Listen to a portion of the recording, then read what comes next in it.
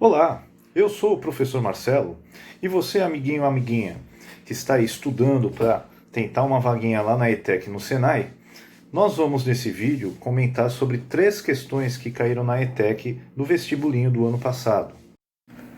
Um número natural diferente de 0 e diferente de 1 pode ser classificado como primo ou composto. Os quadrinhos fornecem algumas pistas sobre o que permite caracterizar um número para que ele seja dito primo. Analise aí a história em quadrinho e as alternativas, dá um pause no vídeo, tente fazer e depois assista a correção aí com o professor Marcelo. Então, amiguinhos, nesta primeira questão que eu achei muito legal, ela vai falar sobre números primos. E o que são números primos? São números especiais porque eles têm apenas 2 divisores. A gente não considera o número 1 como um número primo porque ele não tem 2 divisores, ele tem apenas um divisor, que é ele mesmo. Então, por exemplo, o número 5 é número primo, porque ele só tem 2 divisores, o 1 e o 5. A gente geralmente fala que o número primo é aquele que só é divisível por 1 e por ele mesmo. Eu gosto mais de falar que é aquele que tem 2 divisores apenas. Então tá aí, ó. Encontro anual de primos. É uma historinha em quadrinhos, bem animadinha. Primeiro quadrinho, saudades, primo, você é um cara ímpar. Você diz isso para todo mundo aqui na festa. Então por quê? Qual é a graça desse primeiro quadrinho? Porque o único número primo que é par é exatamente esse carinha aqui, o número 2. Fora ele, todos os outros números primos são ímpares. Então nessa festa, tirando o 2 que está falando, todo mundo é ímpar. Aí depois vem um segundo quadrinho. Bacana ver que a turma continua unida. Verdade, é uma galera que não se deixa dividir por qualquer fator. Então tem a ver com o próprio conceito do número primo. É o 37 e o 73 aqui. São 2 números primos que estão falando. Afinal, aqui é o encontro anual de primos. Eles não se deixam dividir por qualquer fator pelo fato de serem primos. Só são divisíveis por 1 e por eles próprios. Aí vem um quadrinho aqui, ó. Você sabe quem é aquele sujeito? Também não conheço. É um primo distante. O 61 falou para o 137. Quando a gente vai para o quarto quadrinho, a gente vê por que é um primo distante. Olha o tamanho do número primo aqui na camisa dele. Ouvi dizer que ele trabalha com criptografia, né, que é a grande utilização dos números primos atualmente no ramo da informática é a criptografia. É quando a gente coloca uma senha na internet ou no site do banco e essa senha não fica visível para os outros porque ela é multiplicada por um número primo muito grande. E só quem conhece esse número primo muito grande é que pode decodificar a senha que você digitou. Agora vamos lá às alternativas. Alternativa A, o número... Nossa, hein? 6 trilhões, 56 bilhões, 529 milhões, 316.217 não é primo. E por isso está distante do restante. Seria bem difícil a gente saber se esse número é primo ou não, tá? Porque ele é muito grande. Mas pelo contexto da história, como aqui é um encontro anual de primos, a gente já está supondo que ele seja sim um número primo, que ninguém ia saber isso aqui de cabeça. Letra B. Como os números 37 e 73 são primos, então 16 e 61 também são. Nada a ver, né, gente? 37 e 73 é uma coincidência, né? São esses dois aqui, ó, 37 e 73. Você troca a ordem dos algarismos e eles continuaram sendo primos, tá? Existem outros exemplos aí que acontece isso. Mas o 16 e o 61 estão fora disso. 16 é um número par. É divisível por 2, é divisível por 4. 16 não é um número primo, ele é um número composto, como diz lá em cima no enunciado. Nós temos números primos ou compostos. Então não é a B também. C. O número 237 é um número primo, assim como o 37 e o 137. Repara, o 37 está aqui, o 137 está aqui, eles são primos. Mas o 237 é um número primo? Só por causa que termina em 37? Não, os números primos não têm esse tipo de regularidade, tá? Ah, se o 37 é, se o 137 é, então o 237 também é. Nada a ver, tá? O número 237, se você fizer um testezinho rápido, ele é divisível por 3. E não pode ser primo. Letra D. Todo número primo é ímpar. E só pode terminar em 1, 3, 5, 7 ou 9. Bom, nem todo número primo é ímpar. Vou começar pelo quadrinho número 1. O número 2 não é ímpar, tá? Então aqui está o erro, todo número primo é ímpar. Então só sobrou aí para ser a certa, né? Há apenas 4 números primos que são menores do que 10. Aí os 4 primeiros números primos dá pra gente decorar, né, sem problema nenhum. Que é o 2, o 3, o 5 e o 7.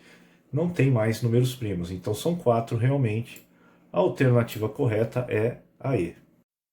O empreendedorismo é, para muitos, uma oportunidade, assim como para a Hilda Regina, que decidiu investir em uma agência de publicidade. Nesse mercado competitivo, entre seus diferenciais, a empresária decidiu desenvolver um cartão de visita que tem a forma de um polígono convexo com todos os lados de mesma medida e apenas 4 ângulos internos, sendo 2 deles agudos e 2 obtusos. A figura matemática que é descrita tendo, obrigatoriamente, todos os elementos do cartão de visita citado é... Bom, essa questão que a gente acabou de ler para vocês aí, também não é uma questão que necessita de cálculos, só necessita que você tenha o conhecimento de geometria. Tá? Ele está falando aqui algumas coisas importantes para a gente. Diz que é um polígono convexo com todos os lados de mesma medida.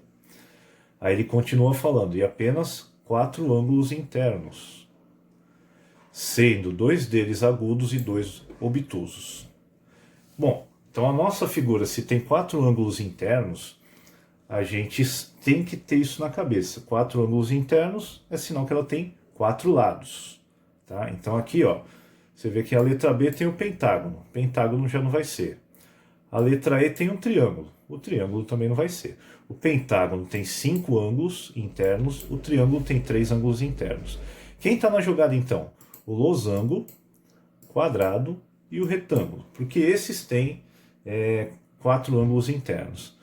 Só que, como ele já falou para a gente, um polígono convexo com todos os lados de mesma medida, nós já temos que retirar o retângulo. Tá?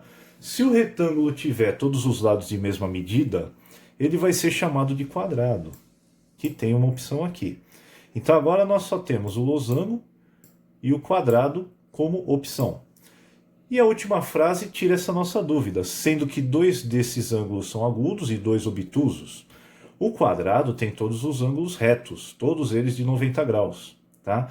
Quem tem 2 ângulos agudos e 2 obtusos é o losango. Só relembrando, ângulo agudo é aquele ângulo que tem menos de 90 graus. E ângulo obtuso é aquele ângulo que possui mais de 90 graus. Tá? Então, resposta aqui, item A, losango.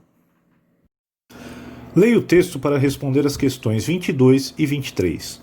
A Feira do Peixe Vivo, em Caxias do Sul, visa promover uma melhor qualidade de vida à população ao estimar o consumo de peixes.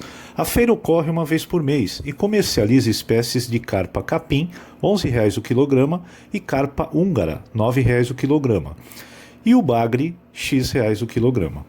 Questão 22. Em sua barraca, um piscicultor comercializava bagres, cujas massas variavam de 1,3 kg a 1,6 kg. Um freguês comprou o bagre de maior massa por R$ 25,00. De acordo das informações do texto, é correto afirmar que... Gente, a gente só vai resolver a questão 22 porque a questão 23 foi anulada, tá? Então, se você quiser dar uma pausinha e dar uma pensada antes de continuar o vídeo, pode tentar responder a questão. Bom, galerinha, nesse exercício aqui, a gente veio para a lousa, né? É na lousa que eu gosto de ficar, viu? Na verdade, meu negócio é lousa. Então, olha só, o que diz o problema? Que lá na barraquinha que a gente leu aí no enunciado, os bagres têm entre 1,3 e 1,6 quilos, né? 1,3 kg até 1,6 kg. E que eles custam X reais cada quilograma desse bagre. Então, não sei quanto que é na verdade. As respostas elas vão especular sobre quanto é esse X, não de uma maneira exata, mas por intervalos. Tá? Então a gente tem que saber em qual intervalo se encaixa o preço dos peixes. Por que ele deu em forma de intervalo e não em forma exata? Porque na verdade o freguês pagou R$ 25,00 por um bagre dos maiores. Né? Ele estava dizendo mais ou menos isso. que era um bagre dos maiores. Então quer dizer, mesmo sendo o bagre do maior, eu não sei se ele chega a ter 1,6 kg, pode ter perto de 1,6 kg. Então a gente não vai ter uma resposta exata. Mas é um problema simples, tá? A gente vai supor que seja um bagre de 1,6 kg, só para termos matemáticos. E depois nós vamos avaliar na resposta qual é aquela que se enquadra melhor. Então vamos fazer o quê? Se ele pagou 25 por um bagre de 1,6 kg, quanto custou cada quilograma? Bem simples. Você pega o valor que ele pagou e divide pela massa do peixe. A gente fala comumente peso, né?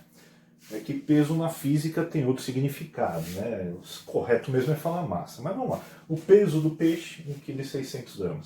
Bom, para começar essa divisão, a gente tem que fazer uma adaptaçãozinha. Porque aqui eu tenho uma casa depois da vírgula e aqui eu não tenho nenhuma. Então, o primeiro passo é igualar a quantidade de casas depois da vírgula. Eu vou criar um vírgula zero aqui, só para ficar com uma casa depois da vírgula igual ao número que está lá dentro. Depois de feito isso, a vírgula não é mais necessária. A minha conta passou a ser 250 dividido por 16. Vou começar aqui pelo 25, porque o 25 é maior que o 16. O 16 cabe uma vez no 25, aqui vai dar 16 e o resto vai dar 9. Então a gente abaixa o zero. Quantas vezes o 16 vai caber no 90? Vou dar um chute aí de 5. 5 vezes 6 dá 30, sobe 3. 5 vezes 1 dá 5 e 3 dá 8. E o resto aqui vai ser 10. Se eu quiser continuar mais um pouquinho essa minha conta, eu posso acrescentar um zero aqui e colocar uma vírgula. Ok. Quanto vai dar agora, né? Quantas vezes o 16 cabe no 100?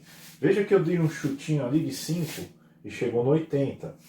Então aqui vai caber 6 vezes. Ó. 6 vezes 6 dá 36, sobe 3, deixa esse 3 aqui. 6 vezes 1 dá 6, com 3 dá 9. E aqui o resto é 4. Nessa resposta 15,6 eu já tenho elemento suficiente para saber qual é a resposta correta, tá? Então esse bagre custa mais ou menos R$15,60, mais ou menos. Vamos analisar as respostas então. No item A, o X é menor que 15. Então não pode ser o item A, porque 15,60 é maior do que 15, não menor. No item B, ele diz que está entre R$15 e R$20. Essa é a alternativa correta.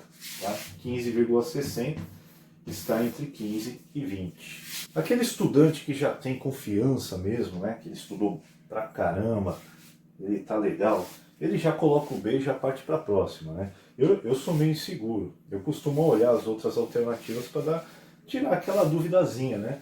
No item C tem uma alternativa estranha, né? É parecida com a B, mas é uma alternativa estranha. Ela diz que 15 é maior que X e que o X é maior que 20. Como é que pode o 15 ser maior que o X e o X ser maior que o 20? Impossível, né? Essa C já nem tinha chance de ser essa C. Na D, ele está dizendo que 15 é menor que X e o X é maior que o 20. Que a gente chama na matemática de um absurdo matemático, não tem nada a ver. No item E, ele diz que o X é maior do que 20, tá? O que não é verdade. É isso aí, galerinha. Se alguém quiser mandar sugestões de questões que eu gostaria que eu comentasse, pode deixar um comentário aí que eu dou uma lida e aí nos próximos vídeos a gente comenta sobre ela. Um forte abraço do professor Marcelo para vocês e até o nosso próximo encontro.